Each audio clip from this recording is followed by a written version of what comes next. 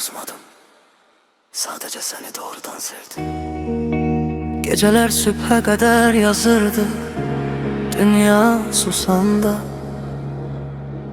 Sen cemi 2 saat yatardın, ben nefesini sayardım. Seher seni oyadardım, bitirərəm deyə qorxardım. Sen yuxulu gülümsəyərdin, buradayam getmə. Mənə senin elin yeterdi, başka hiç neyi istemezdim. Seni koruyurdum, bu dünyada kalan son yaxşılıq kimi. Heç vaxt terk etmərəm deyirdin. Ben ise çok derinden inandım. Sana balaca feyam deyirdim, seyv olduğun, açıq işıq olduğun üçün. Səndə bədən yox, yorulmuş bir ruh görürdüm. Geçmişini bilirdim, ağrını bilirdim, sözləri gizlətmədim. Sərt danışdım səni yaralamaq üçün, yox bir daha özünü itirməyəsən deyə. Mən səni bədəndən yox ruhdan sevdim. Günaha ehtirasa qarşı sevdim. İstədim ürəyi seçəsən, sən isə bir gecəni seçdin. Qarşımda ruhumu açıq tutmuşdum, sən isə keçib getdin köhnə qaranlığa.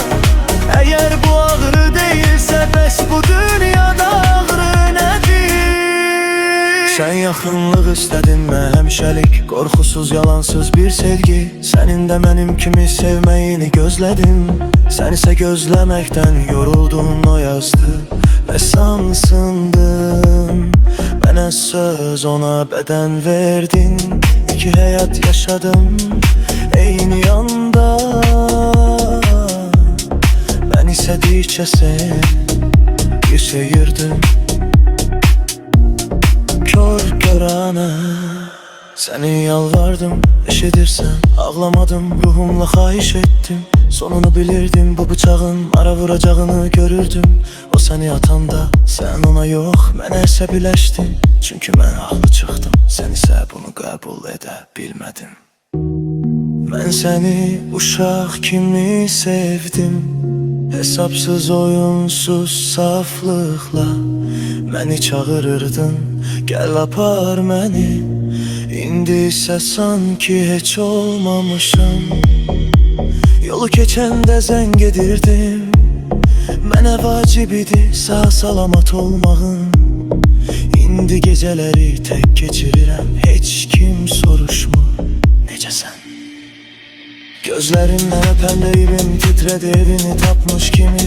Yanaq dodaq alın burun, düşündüm bu sevgididir. Məni elə qucaqladın ki, inandım biz həmişəlikik. Sonra isə getdin o adama, sənə bədən verənə, səni verməyənə. Mən səni heç vaxt pis baxmadım, hətta soyunanda belə. Sən mənim üçün müqəddəs idin, unutma vasitəsi yox. Mən sənin üçün o insan olmaq istədim, özünü utanmadan verdiyin adam. Sən isə daha asanı seçdin və məni həmişəlik itirdin. Sənin getməyin yox, necə getməyin məni öldürdü. Əgər sevə bilsəydim, sənə hər şey verərdim. İndi içimdə səssiz boşluq var, amma sevgim ölmədi. Sadəcə ürəyim sənsiz yaşayır, ışıqları sönmüş bir ev kimi.